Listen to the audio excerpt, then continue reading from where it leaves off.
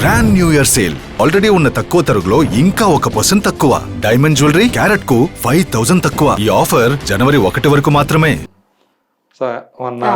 మీరు పార్టీ గురించి అడిగారు, అదే ఎందుకు యాక్టివ్ గా లేరు అని. అంటే ఈ రెండేళ్ళు అదే గుర్తించలేదు కాదు కానీ అంత బాగానే అయ్యాయి. 2020లో వేరే పార్టీ నాకు మంచి పదవి ఆఫర్ చేసింది, ఎందుకంటే పార్టీ చెప్పడం నాకు ఇష్టం లేదు పబ్లిక్ గా. ఓకే 2020లో నేను ఒకటే మాట చెప్పా, thank you for recognising my worth, కానీ నేను మా పార్టీకే స్టిక్ అయి ఉంటానంటే. సో 2-3 రకాలుగా ప్రయత్నించి ఆఖరిగా తెలంగాణకు సంబంధించిన పార్టీ ఆంధ్ర. సో మీకేమిచ్చింది పార్టీ, ఏమి ఇవ్వలేదు కదా, సర్కాజం స్టార్ట్ చేశారనమాట. అంటే నాకు ఇచ్చింది కదండి, జాయిన్ అయిన 10 నెలల్లో ఎమ్మెల్యే సీట్ ఇచ్చింది, నా కళ, నాకు ఇష్టం, నేను వర్క్ చేయాలని నేను వర్క్ చేశాను అని. సరే ఇప్పుడైతే స్పోక్స్ ఇవ్వలేదు కదా అన్నారు. ఇట్స్ ఓకే, స్పోక్స్ ఇవ్వకపోయినా సరే నేను మీడియాలోనే ఉన్నాను కదా. వాళ్ళు ఇచ్చాక మీడియాలోకి వస్తారేమో స్పోక్స్ అధికారికంగా, నాకు వాళ్ళు ఇవ్వకపోయినా నేను ఎప్పుడు మీడియాలోనే ఉంటా.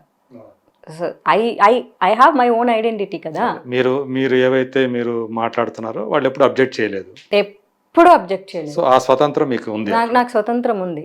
ఇంకా ఒక రకంగా అది ప్రివిలేజ్గా కూడా ఫీల్ అయ్యాను, ఎందుకంటే నాకు రూల్స్ రిస్ట్రిక్షన్స్ ఏమి లేవు. ఈ ప్రోటోకాలే ఫాలో అవ్వాలి, సో ఈ పాయింటే మాట్లాడాలి, అలాంటి ఏం లేవు. అది అధికారికంగా ఇచ్చినప్పుడు వాళ్ళకి కొన్ని రూల్స్ ఉంటాయి, ఆ రూల్స్ నాకు లేవు. సో నేను మాట్లాడవచ్చు. బట్ అలా చూసుకుంటే కంపారిటివ్లీ నేను అధికార ప్రతినిధుల కంటే చాలా మంచిగానే మాట్లాడతాను.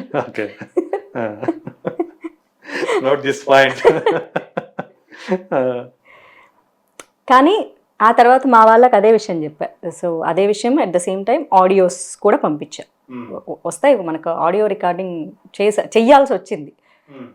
నేను జనరల్గా మన ఐఫోన్లలో ఆడియో రికార్డింగ్ ఉండదు, కానీ ఇది స్పీకర్ పెట్టి ఇంకో ఫోన్లో ఆడియో రికార్డ్ పెట్టి చాలా కష్టాలు పట్టి రికార్డ్ చేసి, ఎందుకంటే మా వాళ్ళకి పంపించాలి కదా, ఇగో పక్క పార్టీ వాళ్ళు ఇలా అడుగుతున్నారు అని చెప్పడం కోసం.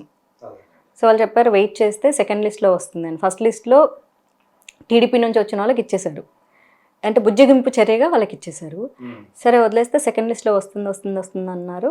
సో హ్యాండ్ ఇచ్చేశారు. అక్కడ హర్ట్ అయ్యా నేను.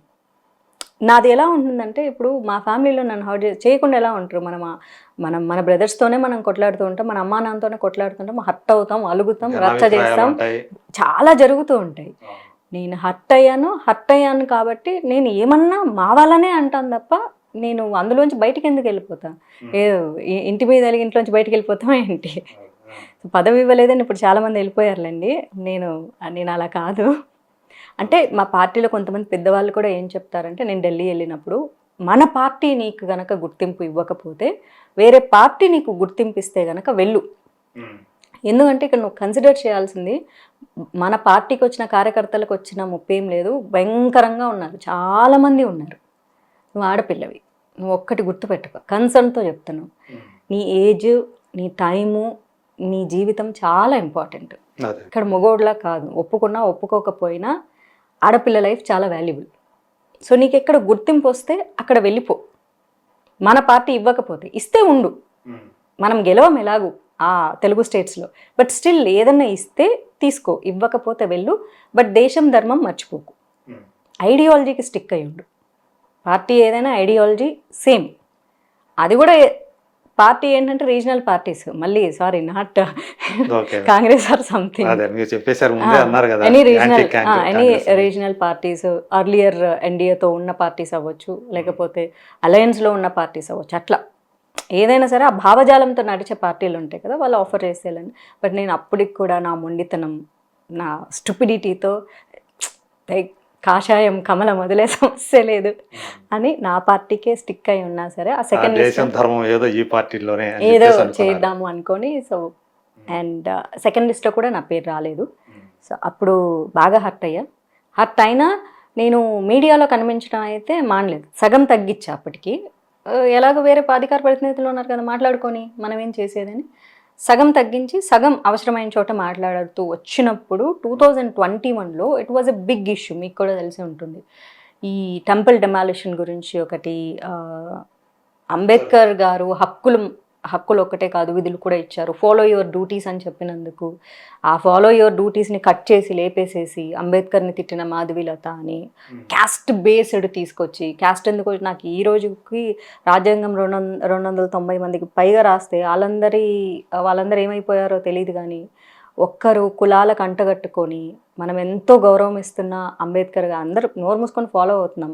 దాని వ్యాలిడిటీ 10 సంవత్సరాలు అయినా సరే ఆ కొలోనియల్ సిస్టమ్ని ఇంకా 70 సంవత్సరాల ప్లస్ ఇంకా ఫాలో అవుతూ సిగ్గు లేకుండా ఇంకా మళ్ళీ అందులో ఉన్న విధులు ఫాలో అవ్వండి. ఆడపిల్లని తిట్టమని అంబేద్కర్ గారు చెప్పలేదని చెప్తే దాన్ని కూడా లేపేసేసుకొని వాళ్ళకి అవసరమైన పాయింట్ ఉంచుకొని ఇక ఇద్దరూ కలిసి ఇంకా అటాక్, ఎమోషనల్ టార్చర్, అంటే ఇంకా అన్ని రకరకాలు. ఒక ఆడపిల్లని ఎన్ని మాటలు అనకూడదు అన్ని మాటలు.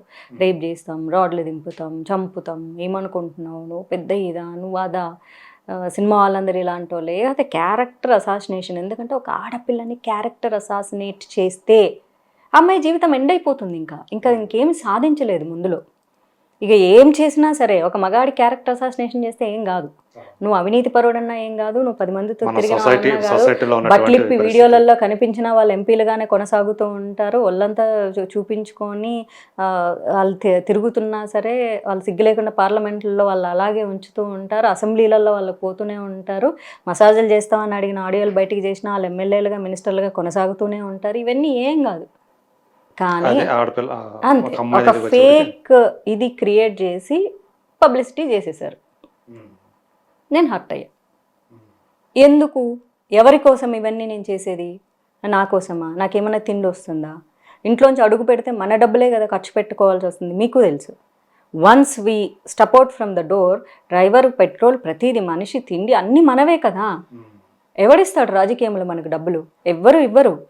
అంటే సినిమాల ద్వారానో ఈవెంట్ల ద్వారానో ఏదో డిజిటల్ మీడియా ద్వారానో సంపాదించుకున్న డబ్బుల్ని ఎవరి కోసం ఖర్చు పెడుతున్నా, ఏదో ఒక రోజు నాకంటూ ఒక అధికారం వస్తే ప్రజలకు మంచి చేయాలనే కదా. వాళ్ళ దగ్గర నుంచి నేనేం దోచుకొని తింటాను? నాకు అంత ఇంట్రెస్ట్ లేదు. ఏదైనా చేయాలన్నా, ప్రజలకు చేయాలన్నా ఏదో ఒక చేతులు మీ చేతులు ఒక పదవి అన్నట్టు ఉండాలి. డబ్బులు సంపాదించాలనుకుంటే సినిమా ఇండస్ట్రీ కంటే గొప్ప ప్లేస్ ఎక్కడుందండి? నన్ను అడిగితే నేను చెప్తా, మనీ ఎర్నింగ్ ప్లేస్ అంటే సినిమా ఇండస్ట్రీ.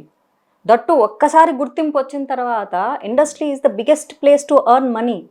ఈజీగా సంపాదించవచ్చు. తక్కువ కాలంలోనే ఎక్కువ సంపాదించేంత బిగ్గెస్ట్ ప్లాట్ఫామ్ ఏదన్నా ఉంది అంటే ఒక సినిమా ఇండస్ట్రీనే ఉంది. ఒక సినిమా చేస్తే వచ్చే డబ్బుల కంటే తర్వాత ఇనాగరేషన్స్ చేసుకోవచ్చు, ఈవెంట్స్ చేసుకోవచ్చు, పర్ఫార్మెన్స్లు చేసుకోవచ్చు, సోషల్ మీడియా ప్రమోషన్స్ చేసుకోవచ్చు. అంత ఎవ్రీథింగ్ ఈజ్ మనీ కదా. మేము అడుగు పెడితే మా సమయమే డబ్బు కదా. కాస్త పాపులారిటీ వచ్చేసిందంటే మీకు ఎన్ని వస్తాయో బ్రాండ్లు చాలా వస్తాయి. అంబాసిడర్ గా చేయమని చెప్పేసి గోల్డ్ అన్ని డబ్బులే కదా. ఎవ్రీవేర్ మనీ కదా. 360 degrees చూస్తే ఒక కలర్ఫుల్ లైఫ్ అంటే జనాల మధ్య కలర్ఫుల్ లైఫ్ కాదు, కలర్ఫుల్ నోట్స్ కూడా ఉంటాయి చుట్టూ. అన్ని రంగుల మనకు నోట్లు ఉన్నట్టు పచ్చది, పింక్ది, అలా రంగురంగుల నోట్లన్నీ ఉంటాయి కదా. అలాంటి రంగుల ప్రపంచం వద్దనుకోండి. ఎందుకంటే మీకు పదవి కావాలి. ఏం చేసుకోవడానికి పదవి? పొద్దున్న లేస్తే మీరు తిట్టే పదవులే కదా. రాజకీయం అంటే ప్రతి ఒక్కరికి అలుసు. ఒక నోబెల్ ప్రొఫెషన్ని పట్టుకొని మీరు సిగ్గులేని మొహాలు, మీరు అదిలేని మొహాలు, మీరెంత, మీరు మమ్మల్ని దోచుకుంటారు. నేను ఎవరిని దోచుకున్నాను? నాకేం పదవులు ఉన్నాయని, ఏం పదవులు పోషించానని నేను ప్రజల్ని దోచుకుంటాను? నేను దోచుకోవాలని నాకు ఏదో ఒక పదవి ఉండాలి కదా. ఇదంతా ఈ ట్రోలింగ్స్ కానివ్వండి, ఇవన్నీ చేసినప్పుడు కమిషనరేట్కి వెళ్ళి కంప్లైంట్ చేశాను నేను. That was a big issue. మీకు కూడా తెలిసి ఉంటుంది, యువర్ ఇన్ టు ఫీల్డ్. అప్పుడు కూడా నా పార్టీ నాకు సహకరించలే. 2 రాష్ట్రాల నుంచి ఆంధ్రాలో టెంపుల్స్ కూలగొడుతున్నప్పుడు మరి ఆంధ్ర బీజేపీ మాట్లాడాలి కదా. మరి ఆంధ్రాలో కంటెస్ట్ చేసిన అమ్మాయిని కదా నేను. అండ్ తెలంగాణలో ఇంత మాట్లాడుతున్నప్పుడు ఇక్కడ కూడా పనిచేసా కదా, ప్రతిదానికి పనిచేసా కదా. కార్పొరేషన్ ఎలక్షన్స్కి, కార్పొరేటర్ ఎలక్షన్స్కి, అప్పటికి జిహెచ్ఎంసీ అయిపోయినాయి. అప్పటికి జిహెచ్ఎంసీ అయిపోయినాయి, ఎమ్మెల్సీ అన్ని ఎలక్షన్స్ అయిపోయినాయి. అప్పటికి అందరికీ పనిచేశాను కదా. మళ్ళీ వీధి ఇల్లు తిరిగాను కదా, క్యాంపెయిన్ చేశాను కదా.